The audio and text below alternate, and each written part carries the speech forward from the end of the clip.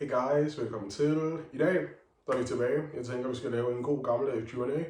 Det er lidt tid siden, så ja, jeg tænker, vi laver en Q&A. Jeg har stillet en Q&A ud på min Instagram og min Snapchat, hvor jeg stiller mig nogle spørgsmål, så det er dejligt. Så dem tænker jeg bare, vi skal besvare. Så sæt dig godt til rette, og så skal I glæde jer til at høre mig snakke.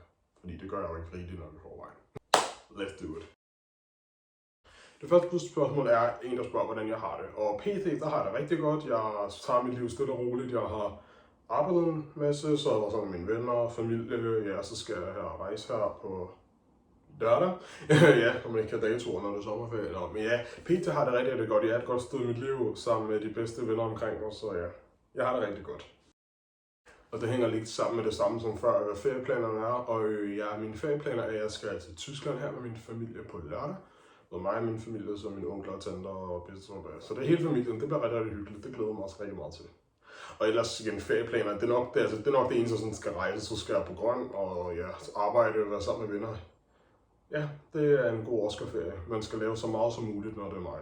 Jeg kan have dage, hvor jeg laver 3 ting på en dag. Så ja, det er, hvad jeg skal lave i min ferie. Så der er sådan, der har spurgt, hvorfor jeg ikke lægger så meget op på YouTube, og ja, det er jo et godt spørgsmål. Det er aldrig fordi jeg ikke gider, men så sidder jeg og får mig en idé om noget, jeg skal lave, men når jeg så skal i gang med at filme det, så bliver det sådan lidt, hvordan har du så tænkt dig at gøre det, og så, jeg ved ikke hvorfor, jo, så har jeg nogle gange filmet, men jeg er også meget sådan perfektionistisk, jeg er meget sådan, ja, det er lidt dumt, men jeg er meget sådan, ja, jeg skal nok blive bedre til det, men det er ikke fordi motivationen ikke er der, men det er nogle gange, så ryger der noget i vejen, og så skal jeg ikke det alligevel, og sådan, så det er også om, hvad jeg ligesom skal lægge op, for jeg tænker, ja, det kommer også an på, hvad folk jo gerne vil se, men ja, jeg skal nok blive bedre til det, men sådan for at svare på det, er det nok bare, at tiden kan straffe, og så, altså når jeg så ikke ved, hvad jeg skal lave, så er det måske også lidt svært med motivationen og så videre. Ja. Nu kæft, man. Så er jeg på spurgt om, hvis jeg skulle give mig selv et råd til der var de der 13-14 år, hvad det så skulle være. Så har jeg et par stykker. Det første vil nok være, fuck hvad de populære synes. Fordi jeg har nok i nogle år stræbet meget efter folk, der var populære, fordi jeg har været sådan, jeg vil gerne have folk, der kunne lide mig som den jeg er, og jeg ved godt, jeg er meget mig selv. Jeg ved ikke, hvordan man kan sige det bedre, men jeg tror bare, jeg skulle være bedre til ikke at overtænke så meget, for så gjorde jeg noget ting, at men det synes de er populære, når jeg er kikset. Så skulle jeg nok sige til mig selv, så må de populære synes, jeg er kikset, eller så må jeg være mærkelig. Jeg tror, jeg skal være bedre til ikke at tænke så meget over ting og bare gøre det. Altså sådan, i stedet for at overtænke, nej, det synes jeg er underligt, og nu synes de sikkert, at jeg er kikset. Så må de synes det, så må du erfare, at det ikke er nogen, du skal bruge din tid på. Så det er nok mit råd, at sådan, fuck hvad de andre synes. Du skal gøre, hvad der gør dig glad. Også selvom du får helt, gør hvad der gør dig glad. Det næste råd vil nok også være lidt det samme, altså jeg skal nok nå det. Altså jeg behøver ikke have drukket og jeg behøver ikke have levet teenage-livet som 13 år. Jeg skal nok nå at få min første brænder. Det første en eller andet. Jeg skal nok nå tingene. Jeg behøver ikke have nået alt som 13-årig. Da jeg var i den alder som 13, 14, 15, så ville jeg gerne bare have nået det hele, fordi jeg var jaloux over dem, der bare lavede det ene og det andet i den alder, hvor jeg stadig var ham, der cyklede hjem fra skole. Ja. Så jeg tror nok også bare, at det har været sådan, at du skal nok nå det, og sådan, ja, selvfølgelig ser det fedt ud, men også, du tager det i dit tempo. Jeg tror også, det er det råd, tag det i dit tempo. Du behøver ikke gøre alt for at overbevise andre om, at du er the shit. Ja, det er nok også et godt råd, jeg vil give til mig selv. Men også bare, jeg tror også, der var yngre, fandt jeg mig meget for at have venner. Okay, det lyder som om jeg aldrig har haft. Jeg fandt mig meget for ligesom at blive accepteret. Jeg sådan, du ved, selvom nogen måske var lidt nederen ved mig, og sådan, så prøvede jeg alligevel at overbevise mig om, at jeg er det shit, og I skal kunne lide mig som den jeg er. Når jeg så fundet ud af, at jeg så bare, altså på den anden side, var sådan, tror du virkelig, vi vil dig? Altså sådan, du udnyttede mit milde væsen, fordi jeg altid var meget pleaser-agtig, som mange har sagt. Røvirriterende, men sådan er det. Men ja, jeg tror nok også bare, at det har været, at jeg skulle være bedre til bare at gennemskue folk fra start af. Altså, de ved dig ikke godt. Hvis de bliver ved med at udnytte dig, så ved de dig ikke godt. Jeg tror, det er det, jeg skulle være bedre til at gennemskue folk. Så er det en, der har spurgt, hvordan jeg har det med at nogle gange få hate. Jeg har det sådan, det er aldrig nogensinde fedt at få hate. Det øver folk ikke kan lide, altså som det øver folk ikke kan lide det, jeg laver. Men jeg har det også bare sådan lidt, igen på ældre, været sådan lidt, fuck det, så må de synes, jeg er nederen. Det samme med alle dem, der sviner med danse, så må de svine til. Jeg fortsætter alligevel. Jeg kan ikke lide at stoppe en interesse bare for folk, for så føler jeg lidt så, at de vundet. Hvis jeg stopper til dans, er sådan på grund af alder, men hvis jeg havde stoppet til dans på grund af nogen, der hatede det, så føler jeg lidt så, at de vundet, så har jeg ikke haft ryggrad nok til at sådan ligesom at blive ved. Men det har jeg med mange ting. Da jeg var yngre, så gik jeg sådan noget, jeg blev drillet. Jeg kom derover alligevel for at vise, det slår mig ikke ud, jeg vil stadig gerne være her. Men sådan, ja med hate, det er lidt svært, for jeg har det sådan lidt, selvfølgelig man er aldrig ligeglad, men jeg har det også bare sådan lidt, jeg ved også godt, hvad jeg skal gå ind i.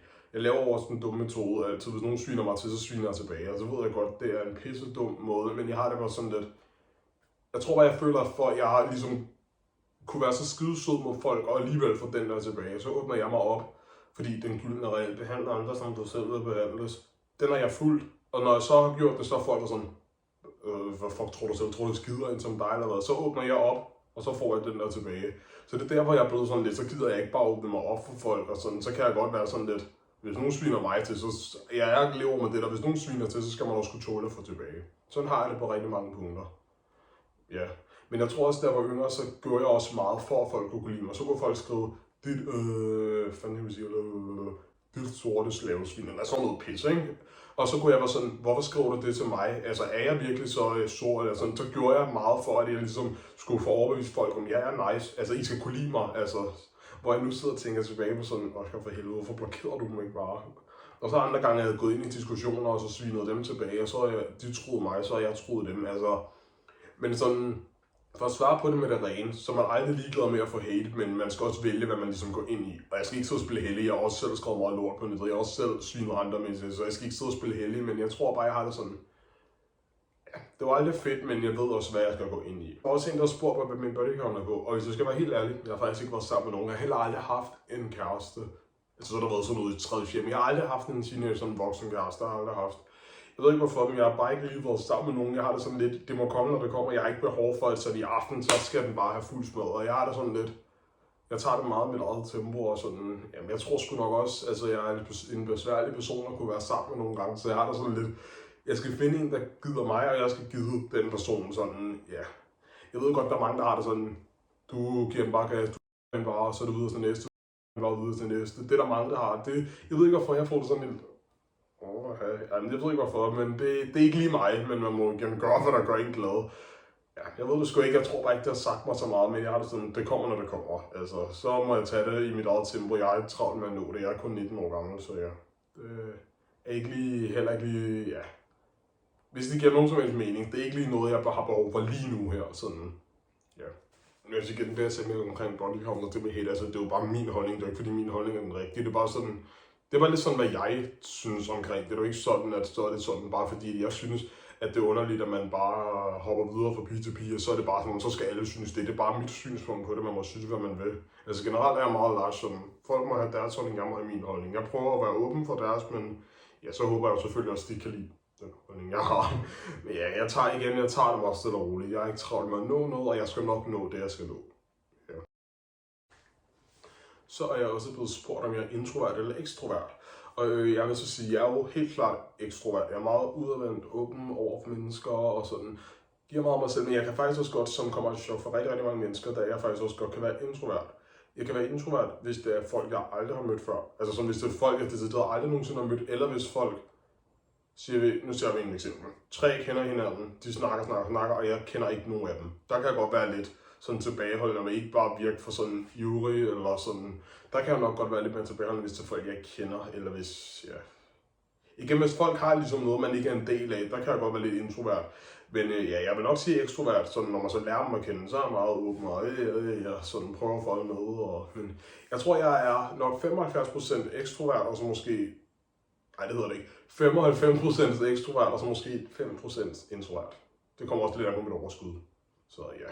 Men igen, jeg tror også bare, det er jo en meget basic ting, at man jo, altså der er jo nogen, der så er meget introverte og meget lidt ekstrovert, men jeg tror, at jeg er sådan, jeg prøver altid at virke åben, men jeg kan også godt, altså jeg ved også godt min grænse for, hvor meget man skal sige til mennesker, så ja.